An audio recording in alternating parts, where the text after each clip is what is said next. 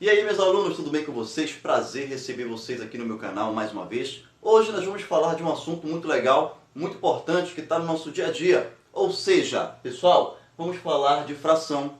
A primeira coisa que nós devemos perguntar é o que é uma fração, né? Geralmente, o que a gente tem por ideia?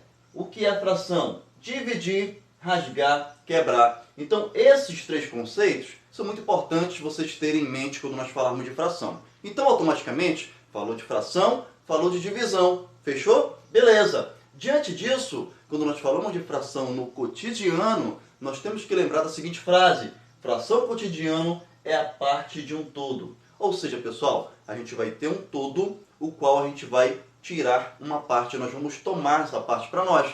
Mais ou menos essa ideia, beleza? Aí, seguindo adiante, aonde foi que surgiu essa história? Quem foi o cara que criou? Por que virou o nome fração? Bom, Antigo Egito, principalmente quando nós falamos lá na história do Rio Nilo. Pessoal, geralmente a galera que morava ali ao redor do Rio Nilo, eles tinham um terreno.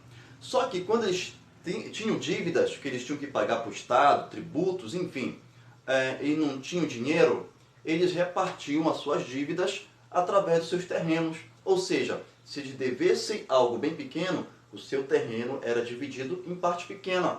Se eles deviam algo muito grande, um valor bem maior, o terreno era dividido em uma parte bem maior. Ou seja, proporcional ao tamanho da sua dívida. Tá bom, então? Mas aí é o seguinte, professor, você falou logo no início que quando nós temos algo que é dividido, isso vira fração. Essa é a ideia que eu quero que você tenha, certo? Tenho algo inteiro, dividir em partes iguais, isso vai dar fração. Fechou a ideia? Beleza, gente? Muito bem. Então vamos mais adiante. Olha só. Conhecendo a fração. Pessoal, coloquei para vocês formas geométricas. Veja, eu tenho um retângulo, tenho um círculo. Por exemplo, eu vou imaginar que este retângulo eu quero dividir em duas partes. Veja que ele está inteiro. Ou seja, nós podemos considerar isso sendo uma parte inteira. Porém, eu vou dividir em duas partes iguais. Isso é muito importante. Por exemplo, se eu subdividir esta imagem aqui, pessoal, veja só, eu subdividi em duas partes. Então eu posso te dizer que, já que sai uma parte de um todo, como eu falei para vocês, então já começo a conceituar aqui. Por quê? Eu tenho duas partes. Por exemplo, eu vou marcar esta primeira partezinha aqui. E dessa forma, eu já consigo fazer uma representação que nós conhecemos por numérica. Por isso eu coloquei representação numérica. Pessoal, olha o que vai acontecer neste caso aqui, neste primeiro exemplo. Eu vou ter um total de 2. É o meu tudo, lembra? Vai sair a parte do todo. O meu todo fica embaixo, a quantidade total que eu dividi. E a parte que vem em cima, olha lá, é a parte que eu tomei para mim, cara. Eu marquei uma parte. Então, aqui, ó, automaticamente vem o número 1. Fechou a ideia? Simples assim. Então, quer dizer que quando eu subdivido a imagem, a forma geométrica, e eu tomo ou marco algumas partes, eu represento dessa forma. A parte que eu marquei vem em cima e o total que eu dividi vem embaixo. Fechou? Bora aqui, então, para o segundo caso. Veja que este círculo eu posso subdividir em 4 partes iguais, por exemplo. Eu posso pegar e partir lá de cima, olha lá. Se eu fizer isso aqui, ó, eu dividi o meu círculo em 2 partes iguais. Só que eu vou além, né? Eu vou dividir aqui também, cara. Olha o que vai acontecer. Eu dividi em 1, 2, 3, 4 partes iguais. Então já posso, numericamente, colocar uma fraçãozinha aqui, ó. A parte que vem embaixo é o total, que foram 4. Por exemplo, a parte que vem em cima vai depender daquilo que eu quero. Vamos dizer que eu marquei esta partezinha aqui. E vamos dizer que eu marquei esta outra parte aqui. Quantas partes? 2. Então, essa parte que eu marquei vem aqui para cima. Fechou? Então, nós temos aqui forma geométrica, forma numérica. Fechou, galera? Tranquilidade até aqui? Vamos seguir. Por exemplo, eu coloquei uma outra imagem. Só que agora eu quero dividir em 3 partes. Ó. Dividir em 2, dividir em 4, eu quero dividir em 3. Como é que eu faço, cara? Eu tenho a parte inteira, porém, eu vou dividir exatamente em 3 partes que sejam iguais. Ok, posso representar numericamente? Posso, lembra? Então eu vou colocar bem aqui para vocês, ó. Eu dividi em 3 partes. Fechou. Porém, eu vou tomar uma parte, por exemplo. Vamos dizer que eu marquei essa parte bem aqui. Eu tomei essa parte para mim. E a parte que eu tomo, que eu marco, vai para cima. Olha lá, 1 no total de 3. Então, esta representação numérica é exatamente 1/3. Tranquilidade, gente? Está entendendo essa ideia? Espero que sim.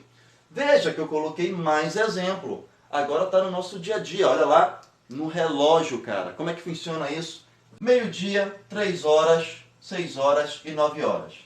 O que acontece aqui nesse primeiro relógio? Professor, está marcando tudo no meio-dia, em 12 horas. Então, eu posso te dizer que este primeiro relógio, ele marca para a gente 12 horas. Ok. Agora veja que quando eu começo a mover os ponteiros, este horário aqui está marcando 12 horas e 15 minutos, não é isso? Só que olha o que está acontecendo. É o mesmo círculo. Então eu posso subdividir em 4 partes iguais, concorda comigo? E aí o que acontece? Eu vou pensar nisso. Eu vou traçar aqui, por exemplo, exatamente dividir no meio. Só que eu posso subdividir novamente aqui. Concorda comigo? Ficou 1, 2, 3, 4. Eita! Então o que eu tenho aqui? Que o ponteiro saiu daqui e veio para cá. Ele marcou exatamente, pessoal, esta partezinha aqui, concorda? Ele utilizou esse tempo. Então eu posso dizer para vocês que meio-dia e 15 é a mesma coisa em forma de fração, sendo 12 horas e, olha só, a fração eu dividi em 4, então 4 vem para baixo. Eu marquei um tempo que desse total de 1, não foi? Levou aqui uma parte. Então, eu tenho 12 horas e 1/4 de hora. Tá certo, pessoal? 1/4 de hora. Tá bom? Então, dessa forma, a gente começa a identificar a fração no relógio. Vamos seguir para o terceiro. Olha lá. Ele saiu do meio-dia, veio aqui para o 6, né? Deu essa meia volta. Então, eu posso dizer que ele fez exatamente isso aqui, ó. Dividir no meio. Precisa subdividir aqui? Não precisa, né? Porque, ó, ele usou exatamente isso aqui. Eu quero que tu veja. Ele utilizou todo este intervalo de tempo. Ou seja, pessoal, 12 horas, vou até colocar horas, né, para te não confundir, olha lá, horas, beleza. E vou para a fração. Se eu dividir em 2 partes, o meu total vai para baixo, 2 aqui. Se eu marquei uma parte, essa parte vai para cima. Opa, 1/2 de horas, lembra disso, né? De horas. Então, não posso esquecer disso aqui. Tranquilo, pessoal? Então, olha só como a fração ela está no nosso dia a dia, né? E sempre ela se faz presente em todos os lugares. Beleza? Então, continuando a ideia, olha o que vai acontecer aqui. Eu trouxe para vocês a representação da fração de uma forma genérica. Pessoal, a gente viu na forma numérica, na forma geométrica, mas a gente tem a forma de representar genericamente. Olha só a nomenclatura.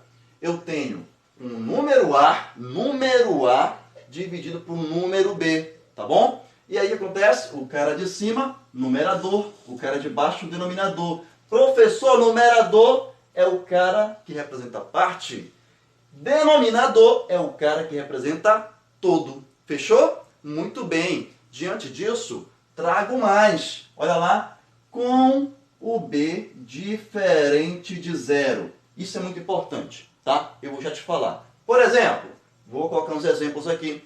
Professor, posso ter, por exemplo, 2 no total de 10. Veja que eu estou te dizendo que eu tenho uma figura ou algo que foi dividido em 10 e que desse 10 saiu 2. Está entendendo? Muito bem. Aí, se de 10 saiu 2, eu posso te dizer o que falta para completar 10. Cara, se saiu 2 de 10, vai faltar 8 para completar 10. Olha só o que eu posso fazer com a fração. Eu tenho uma fração dada, que foi gasta, porém eu tenho o que falta para completar essa fração. Olha que lindo, né? 2 sobre 10, 8 sobre 10. Posso ir além? Posso. Por exemplo, posso te dizer que eu tenho uma fração 7 sobre 2. Elas, professor, olha só que interessante. Porque agora, veja que o cara de cima é maior do que o cara de baixo. Veja que o cara de cima é menor do que o cara de baixo. Está havendo aqui uma controvérsia, né? Quando um é maior, o de baixo é menor. Quando o de cima é menor, o de baixo é maior, tá? Eu estou trocando as posições. Lembre-se que cada fração dessa, que tem essas diferenças, elas possuem nomes específicos. Nós vamos aprender hoje nessa aula, tá bom? Veja que posso ir além. Por exemplo, se eu colocasse para vocês assim, ó, 15 dividido para 0. E doido, presta atenção. B não pode ser 0. Tem que ser diferente de 0. Então é sinal de que isso aqui na matemática está totalmente errado. Não pode considerar um número sendo dividido por 0. Por quê, professor? Porque é considerado uma indeterminação matemática. Não esqueça disso. Então, não te faz de doido de ver uma fração dividida por 0 e falar, eu sou safo, dá 15. Nesse caso, né? 15 por 0 dá 15. Não existe isso, cara. Não vai cometer esse erro. O cara de baixo pode ser 1, pode ser 2, enfim. O maior número possível. Porém, não pode ser 0. Beleza? Tranquilo, pessoal? Ok. Só que, falando para vocês, cada fração dessa tem uma maneira de ser lida. Cada fração dessa tem uma maneira de ser interpretada, né? Então, vamos tomar cuidado. Vou colocar mais um exemplo. Por exemplo, eu tenho 16 dividido para 299. Posso ter vários tipos de fração. Beleza, gente? Então, essa parte inicial, a gente vai apagar o quadro e vamos aí trazer mais informações super importantes para vocês, tá bom? Espera aí!